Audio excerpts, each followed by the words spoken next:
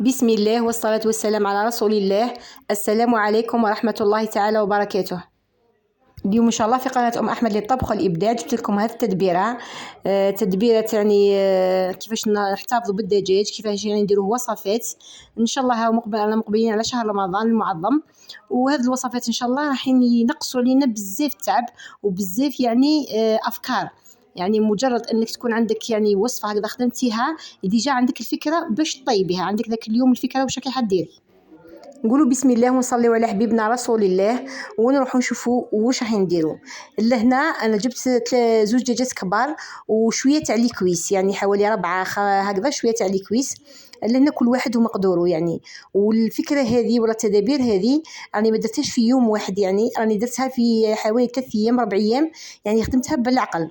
يعني تقدروا كل يوم تشريو دجاجه ولا يومين 3 ايام كي يكون عندكم باك الدجاج تنقصوا شويه هكذا وديروا يعني فكره من الافكار هذو. تكونوا مع بداية إن شاء الله شهر رمضان درتوا عدة وصفات، يعني على الأقل تكونوا نحيتوا شغل تاع 10 أيام والله يعني 20 يوم تقدروا توجدوا يعني طبخات يعني كل يوم واش عندكم واش راكم رايحين ديروا. هذا هو الدجاج تاعي كما راكم تشوفوا في الصوره.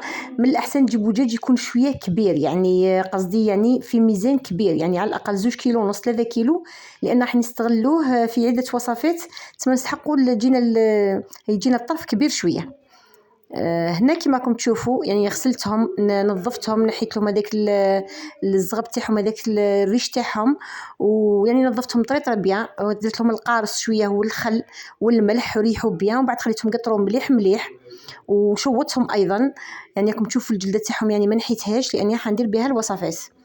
ومن بعد جبت نقطعها معكم. هذه التقطيع تاعي تاع الدجاجه، يعني كل واحد كيفاش يقطع.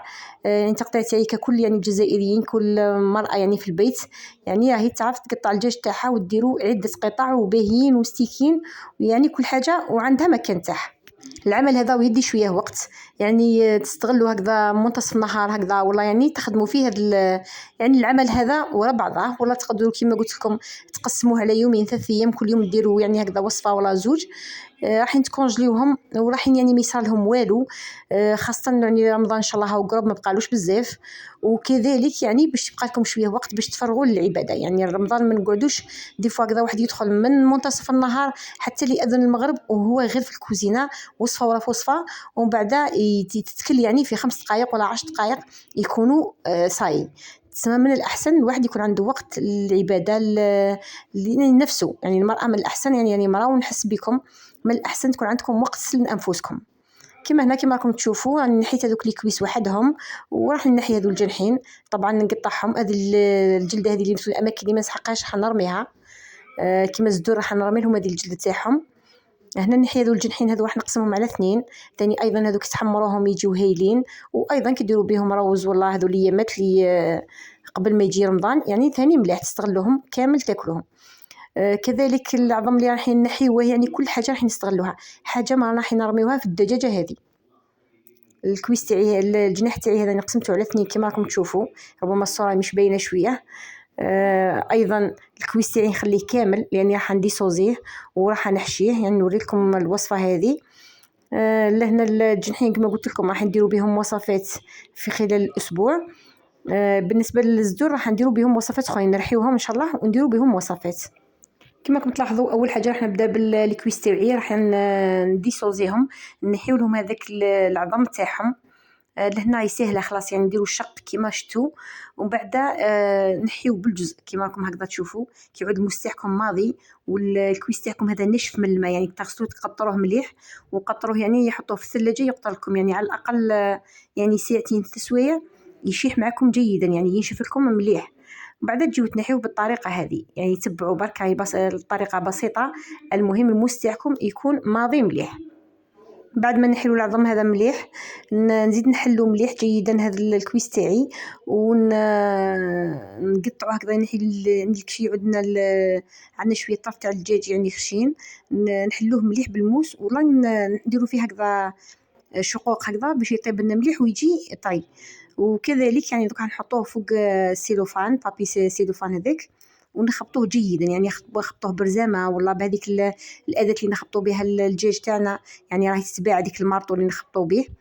يعني استعملوا اي اداه تكون عندكم وخبطوه هكذا باش يتوسع معكم ويجيكم طري، تعودوا طيبوه هكذا يجيكم يعني طري وبنين. يعني هذه الطريقه اللي تخدموا بها الكويس تاعكم. يعني ندير لكم في الصوره حتشرح احسن بالطريقه هذه. وسعوا هذاك اللحم هذاك منها باش يكبر لكم شويه، ومن جهه ايضا باش ما يجيش متكتل في جهه وفارغ في جهه. يعني وزعوا اللحم تاعكم بالشكل هذا وبعد اخبطوه بالمارطو كما قلت لكم. يعني حنوري لكم الصوره ايضا، وحطوهم ومن بعد نداويوهم ونخليهم يشربوا لاصوص تاعهم. نكمل انا باقي الكويس تاوعي، نحيلهم العظم تاعهم ومن بعد نشوفوا كيفاه نكملوا باقي المراحل.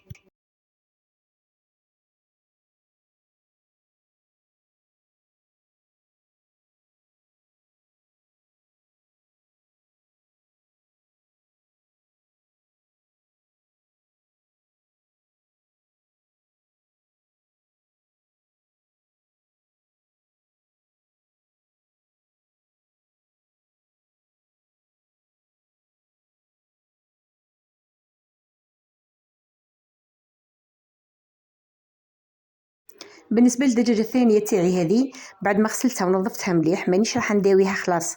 هذه راح نديرها في البابي فيلم هذا ونخدمها مليح، ومن بعد نحطها في الثلاجه في المجمد تجمد لي. كي ان شاء الله نكون حابه ندير دجاج محمر ان شاء الله، يعني حنخليها هذه حنطيبها محمره مجموله يعني كما راهي.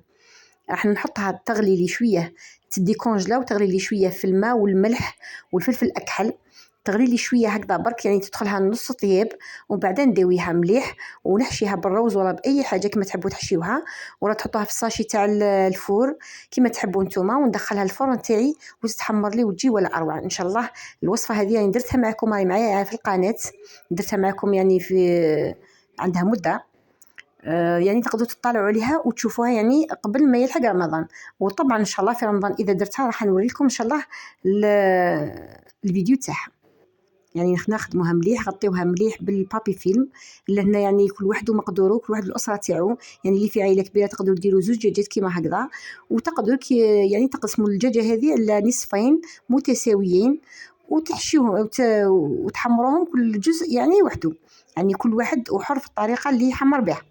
يعني كاين بزاف طرق لتحمير الدجاج. هذه كما قلت لكم راح نحطها كما راهي هكذا، ما نخدم فيها والو. وايضا ما نداويوها ما نحشيوها ما نديروا لها والو.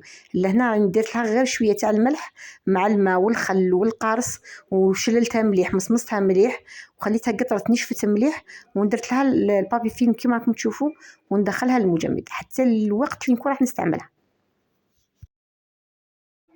وهكذا رجعت الكويس تاوعي. طبعا درت لهم كامل العمليه هذه فوق البابي سيلوفان باه نوسعهم هكذا ويكبروا لي كما قلت لكم. وايضا كي تعودوا تحمروا فيهم يجيكم اللحم طري انديري راهو اللحم مرحي، يجي كيما هكذاك يجي الدجاج تاعهم طري. بعد ما وسعتهم وعدلتهم نروح نجيب ندير لهم الخلطه. لهنا بالنسبه للكويس تاوعي راني درت 6 تقريبا الكويس اللي حنستعمل لهم الخلطه هذه. راني راح ندير لهم نص كيس تاع الزيت مع مغرف كبير تاع المطارد. يعني تقدروا ديروا مغرفه كبيره معمره مليح، شويه ثوم بودره، شويه زنجبيل، كركم، فلفل اسود، فلفل احمر، فلفل عكري كما يقولوا، الملح ما تنساوش، والثوم. الثوم تحبوا ديروا بودره، تحبوا يعني سنينات وترابيوهم. يعني كل واحد هنا وش يدير. والمهم الكركم كما قلت لكم باش يعطي له هذيك البنه وهذيك لاكولر هذيك. واللي عنده يدير توابل الدجاج ايضا ولا توابل شاورما يمدوا ثاني بنه هايله.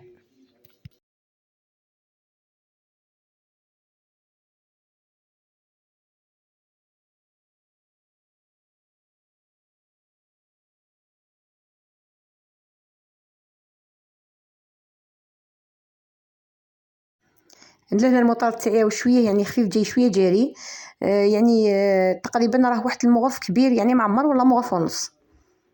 خلطوها جيدا التتبيله هذه، ومن بعد نجيو نتبلوا كل هذوك الفخاف تاوعي ولا الكويس اللي درتهم كامل نخدموا ونحطوا فوق بعضان.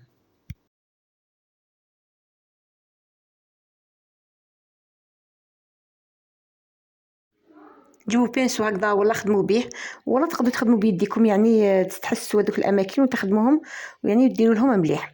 هنا ديروا له كميه مليحه وخليوهم يعني حطوهم كامل فوق بعضهم، وخليوهم اللي كان عندكم الوقت خدموهم في الليل وخليوهم حتى للصباح، والله خليوهم على الاقل ساعتين تسوية يشربوا هذه الصلصه هذه، يعني تعطيهم واحد البنه هايله.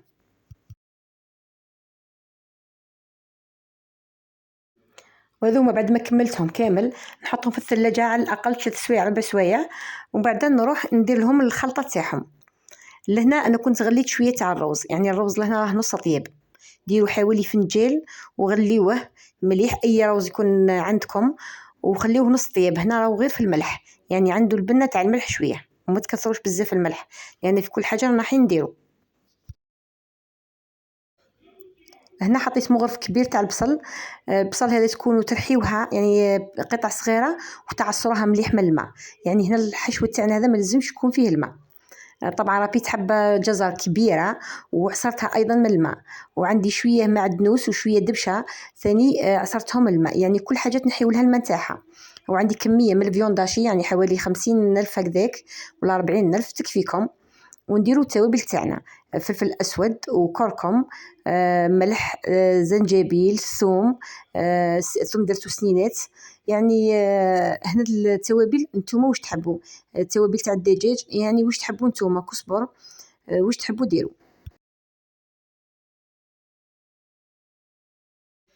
نضيف لها حوالي 3 مغارف تاع الزيت، وايضا مغرف صغير تاع الزبده. لهنا خلط جيدا، يعني خدموا بيدكم، خلطوا جيدا مليح هكذا كما راكم تشوفوا، ومن بعد نحشي بها الروز تاعي. هنا دخلوا كلش مع بعضها.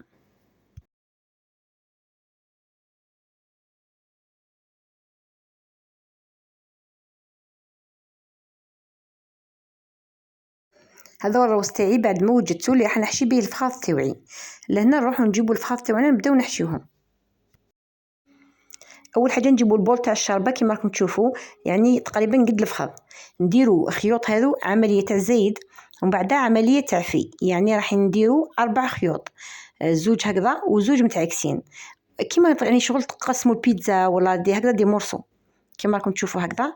نهزوا الفخذ تاعنا، نحطوا له الجلد تاعو من الاسفل طبعا، والجهه تاع اللحم من الفوق بالصوره اللي راكم تشوفوا فيها. لازم الطبسي تاعكم ولا البول تاعكم تاع الشوربه اللي راح نجيبوه يكون اقل شويه من الفخذ تاعكم، باش الفخذ هذاك يجي طايح منه باش نقدروا نرجعوه. هنايا نحطوا كميه من الروز، يعني تقريبا 2 مغارف كبار هكذاك، يعني ما تكثروش بزاف حتى يطيح معكم، ولا نديرو بالطريقه هذه. ومن بعد تحبوا تزيدوا له فرماج، يعني اي نوع من الفرماج تحطوا قطع ديروا. انا هذا الفرماج تاعي اللي ترابا، يعني دوكا نحطوا برك راح يذوب. نديروا بالشكل هذا، تقدروا ديروا قطع هكذا مثلثات، تقدروا يعني كل ما ديروا فرماج كل ما حتجيب لنا اكثر. رجع هذوك الجوانب اكل هكذا نغطي به بالصوره، يعني الصوره تشرح احسن مني كما راكم تشوفوا، نغطيوها جيدا. شوفوا هنا كاين 2 مراحل طرق تقدروا ديروا بهم هذه الوصفه هذه. تقدروا ديروها بالطريقه اللي درتها انا هكذا طبعا، وبعدين نعقدوا هذوك الخيوط هذوك، يعني شغل نزيروا عليها بالخيوط هذوك بالشكل اللي راح نشوفوا، يعني كل خيط راح نعقدوه مع الجزء تاعو كما راكم تشوفوا، نعقدوهم كامل، ومن بعد نقطعوا هذيك الزياده تاع الخيوط. وتقدروا ايضا تجيبوا براو خيط وتخيطوا هذا الدجاج مع بعضه، يعني تخيطوا الجوانب هذو مع بعضهم، يعني كنت تحبوا ما ديروش بالخيط، تخيطوا هذوك الجوانب كامل تجيكم كره، تجيكم هكذا كما كوم بول. وهذو بهذه الطريقه هذه حتجيكم على شكل ورده، يعني يجيكم منظر جميل باهي او ميم طون، يعني العين راهي تاكل قبل الفم او ميم طون، يعني راكم تهناو من ديك الخياطه هذيك، تعقدوا برك هكذا ويحكموا كل الجوانب باش تجيكم مليحه. يعني دوكا كي نكملها نقلبها تشوفوا الشكل تاعها كيفاش جات.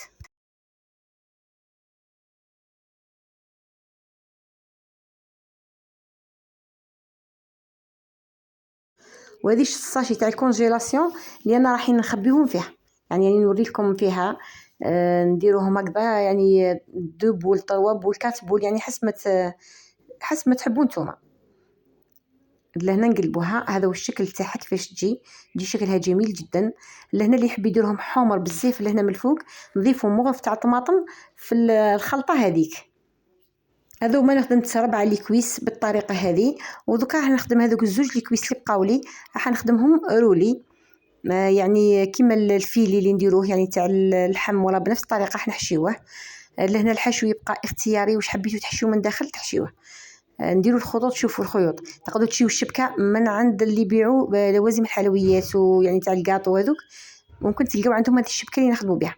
انا راني استعملت الخيط اللي هنا باش كامل يعني نحي لكم الحجه كامل. تقدروا ديروا العمليه هذه، نديروا 2 خيوط بالطول و4 بالعرض بالشكل اللي راكم تشوفوا فيه. بعد نحط الكويس تاعي ونبدا نحشي فيه.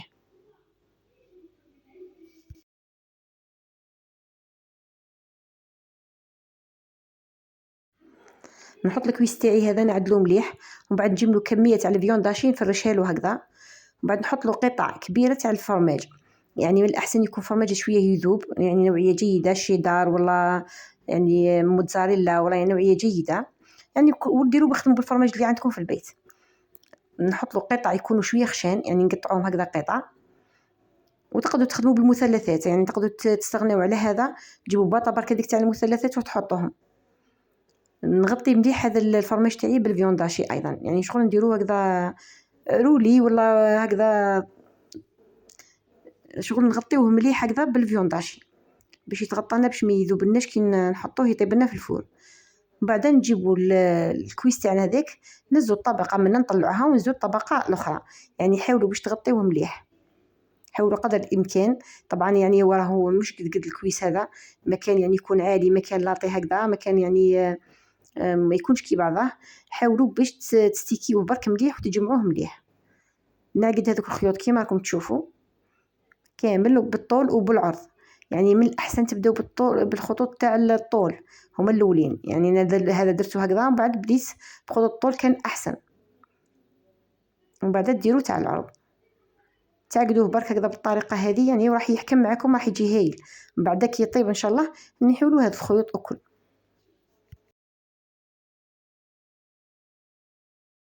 هذا الرولي الثاني حبيت انا نعقدو بالطول هكذا وراح يكون احسن، يعني تبعوا الطريقه هذه هي الاحسن.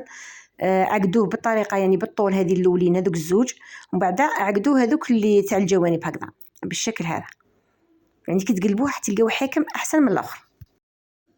لان كما راكم تلاحظوا في الصوره كملت الكويس تاوعي. نروح دوكا الان للزدور تاوعي هذوك.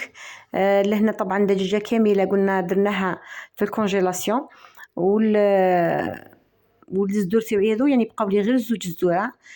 طبعا راح ندير لكم بهم 2 وصفات، والباقي راح نخليوهم ان شاء الله الوصفات الاخرين راح نزيد نديرهم لكم ان شاء الله في فيديو جديد. لهنا كما راكم تشوفوا نحيلو هذاك العظم كامل، وطبعا العظم هذا راح مش حنطيشوه، راح نحتفظوا به نديروا به لي سوب هكذا ولا يعني هكذا المرق تاعنا، تقدروا طيبوا بهم هكذا يعني الحبوب ثاني يجيو هايلين يطلقوا البنه تاعهم. بالنسبه للزر تاعي اذا نقطعوا قطع صغيره ونلوحوا في الروبو هكذا باش نساعد الروبو تاعي.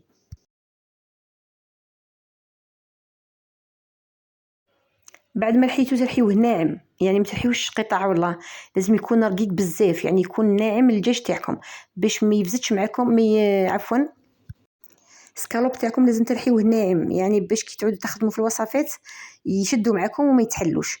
لهنا جبت طرف يعني الربع تاع الزدر، يعني الدجاجه تاعي حنقسمها على 4. جبت الربع الاول راح ندير به لي كروكيت تاع نتاع البولياشي. درت لهم شويه تاع الروز، شويه تاع معدنوس، مواف صغير تاع الزبده، دويبات طبعا نفسهم اللي حشينا بهم تاع الاخر، شويه بصله شويه ثوم شويه ملح، يعني مهم نفس التوابل. فلفل احمر كما راكم تشوفوا نخلط جيدا، ومن بعد نخلط جيدا لهنا مليح. طبعا هنا كميه سكالوب تكون يعني اكبر من شويه من كميه الرز. نخلطهم جيدا كما قلت لكم، وتقدروا هنا ديروا معاهم الفرماج. الجزر هنا تقدروا ديروا، تقدروا تستغنوا عليه، وتقدروا ترابيو حبه بطاطا تعصروا لها الماء تاعها نهائيا كلش. هنا تنحيولوا الماء، البصل تنحيولو كلش، تنحيولو الماء تعصروهم جيدا، وبعد تخلطوهم بالصوره هذه وديرهم دي كروكيت هكذا، تحطهم طبعا في الفرينه، ومن بعد من الفرينه للبيض ومن البيض للشابلور، وتحطهم مباشره في المجمد. والنهار تعودوا الحين طيبوهم، تحبوا ديروا لهم اون صوص هكذا بالحمص ولا زيتون، تحبوا تخليهم وحدهم مقبله هكذاك مع يعني مع سلطه برك، تقدروا تجبدوهم مباشره ما يديكرونجيوش مليح، يعني يبقاو شويه جامدين شويه طول المقله. لهنا طبعا زدت له شويه شابلور باش ينشف معايا مليح، يعني مش بزاف، حوالي مغرفه ونص ولا 2 مغارف. وهذاك هو. وخلطت مليح جيدا، زوج مغارف تاع الزيت وخلطته كما قلت لكم، تحصل معايا بهذا الشكل هذا، يكون جامد معايا كما راكم تشوفوا. بالنسبه للبيض ديروا له الملح فلفل اكحل، وايضا الفرينه تقدروا ديروا لها شويه ملح فلفل اكحل باش ما تجيكم الصامطه، يعني راهم جامدين هكذا، يعني شادين روحهم، ما تخليوش يجيكم ماي هكذا. نحطهم نمرمدهم مليح في الفرينه، ومن بعد في البيض كما قلت لكم في الشابلور. يعني العمليه دي نظن راكم تعرفوا الطريقه هذه. ومن بعد نحطهم في المجمد كما قلت لكم. بالنسبه للبيض تقدروا ديروا الخلطه السحريه اللي كنت وريتها لكم مع الشيفلون، يعني شويه حليب، شويه تاع بيضه، نص كاس حليب، فرينه تعود عندكم يعني كونتيتي كبيره، وتخلطوهم جيدا وتخدموا بها. يعني بيضه واحده دير لكم كونتيتي كبيره. نكمل بنفس الطريقه هذه، ومن بعد نروح للنص الصدر تاعي الاخر، يعني ندير به وصفه اخرى. نروح الآن للنص صدر تاعي الثاني. لهنا طبعا يعني أكثر من ربع صدر، درت يعني معه البصل وزوج مغارف تاع الزيت وشوية تاع الثوم. هذا واش نديرو معاه، وشوية توابل طبعا. هذا ما نديرو فيه لا روز لا معدنو لا واسمو عفوا لا زرودية لا والو. نخلطهم جيدا كما راكم تشوفوا، شوية تاع المعدنوس دايما، ويعني المعدنوس هذا راهو رقيق ومقطع جديد ماشي كونجلي. التوابل كما قلت لكم يعني اللي تحبوها طبعا، نفس التوابل اللي درتهم، فلفل اسود، فلفل احمر، وملح. والان راح نجيب بابي فيلم هذا نفرشو بالطريقه هذه. هنا راح نخدموا لي كودون بلو.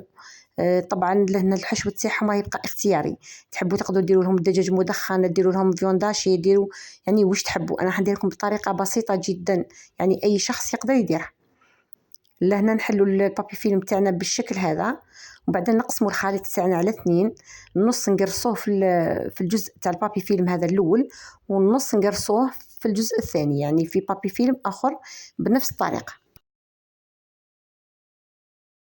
بعد ما قرصوا نجيب له فرماج تاع السندويتشات هذا، تقدروا ديروا هذا، وتقدروا ديروا يعني الفرماج اللي ترابى هذاك، يعني نابولياش، يعني شيدار اي نوع، تقطعوه قطع هكذا يعني بالطول هذا ولا بالكبر، يعني هذا يعني كاريات هكذا، ديروه بالشكل هذا. يعني راح نحط لهنا واحد تزلي 6 حبات نتاع الفرماج هذه طبعا. وهذه 6 حبات هذه كبيره، تقدروا بعدا تقسموا الحبه بعد ما تقليوهم، يعني الحبه على 2 تقلبوهم مثلثات، يعني تصرفوا كيما تحبوا نتوما.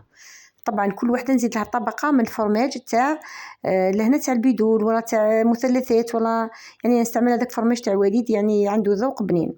نزيد نغطيهم جيدا كما راكم تشوفوا، وبعدين نجيب الطبقه تاعي تاع الدجاج هذيك اللي كنت خدمتها، اللي خدمتها من هيه، نزيد نعدلها هنايا. يعني هنا كي اللي راكم تخدموا في البرجه، تخدموا الطريقه هذه فوق بعضها، تحشيوها جيدا، وبعدين نقسموهم على حساب الحبات تاعنا تاع الفرماج هذيك الاولى. هذه راح دير لنا 6 قطع، وطبعا كي يطيبوا يقدروا يوليونا حتى 12 قطعه، كل وحده نقسموها على 2. راكم تشوفوا الحجم تاعها كيفاش كبير. وهذو غير مقبلات، يعني راح نضيفوهم مع الماكله، يعني ماهيش وجبه رئيسيه. يعني راح نزيدوا نحطوهم برك هكذا مع لي سالاد، مع هكذا فيس مثلا نديروا لي فولفو هكذا ونحطوهم معاهم، يعني حوايج بزاف. نعدلوهم جيدا، وبعد نجيبوا قطعه ونقطعوهم كما قلت لكم، ونعدلوهم مليح بيدينا، يعني ما تخافوش منهم. وبعد نحطوهم بنفس الطريقه في الفرينه، ومن بعد في البيض، ومن بعد في لاشابلور.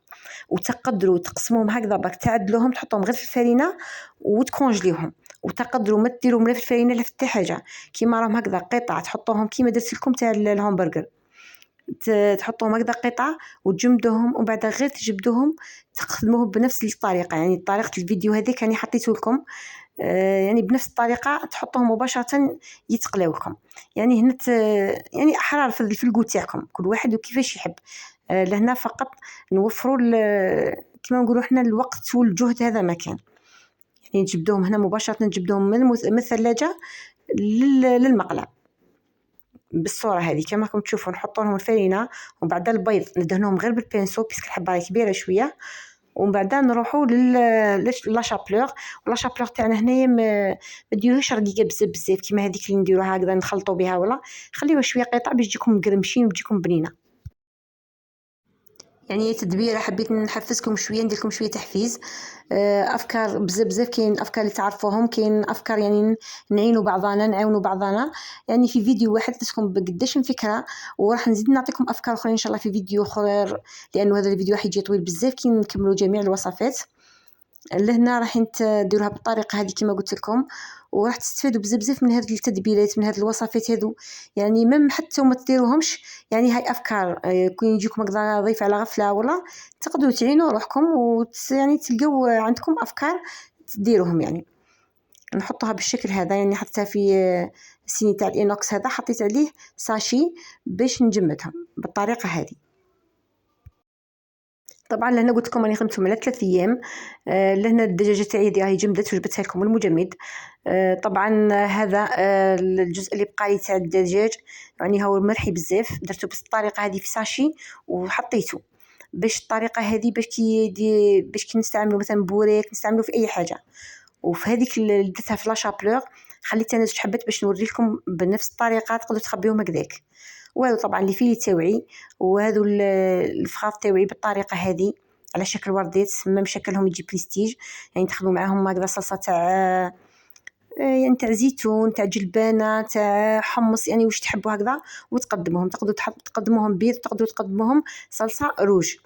وهذا يعني جبت يعني زوج دير اخرين طبعا، وهذاك اللي كنت وريكم فيه قطع صغيره، هذا قطعته سكالوب رقيق باش قطع صغار باش نخدم به بزاف لي كراتا. يعني نستعملوا لي كراتا في رمضان، يعني مباشره تجبدي وديري. وهذو لي كروكيت اللي كنت خدمتهم، يعني هكذا عندك كل حاجه منها وجبه، يعني وجبه تاع عائله ماشي لي وجبه صغيره. لهنا عندنا لي كروكيت تاع يوم مثلا، هذو اللي كوردون بلو هذو تاع يوم مثلا. هذو كيما لي كويس عندك ايضا تقدر ديرهم على 2 جور ولا 3 جور، يعني حسب العائله تاعك. طبعا هذاك السكالوب اللي كنت درته رقيق قطعته قطع صغيره، ايضا ديري به لي كراتا شحال من مره، يعني وبانواع، يعني بانواع مختلفه جدا. يعني راح ندير معكم كراتا اخرين غير اللي حطيتهم، راني حاطه معكم شويه في القناه. الدجاجه هذه ايضا تاع يوم، يعني كل يوم راح نديروا وصفه، يعني راح توفروا على رواحكم. وراح نزيد ندير معكم طبعا دي بول تاع الفيونداشي ولا تاع الدجاج هكذا. يعني راح نديروا بزاف طريقه، وبنفس الطريقه تقدروا تستعملوا وديروا باللحم. يعني اللي عندها اللحم وتحب تاكل باللحم، راح نستعملوا طبعا الفيونداشي، راح نستعملوا اللحم. حوايج بزاف حيدخلوا ان شاء الله في الطبخ تاعنا في شهر رمضان. ما بقى لي غير نقول لكم دمتم في رعايه الله وحفظه، الى فيديو جديد سهل وبسيط وسريع. لا تنسوا الصلاه والسلام على رسول الله. لهنا نوريكم كيفاش تخبيوهم في المجمد، طبعا في ساشي هكذا، وكل حاجه ديروها في ساشي تاع الكونجيلاسيون وتخبيوها. وبالصحه والراحه ان شاء الله.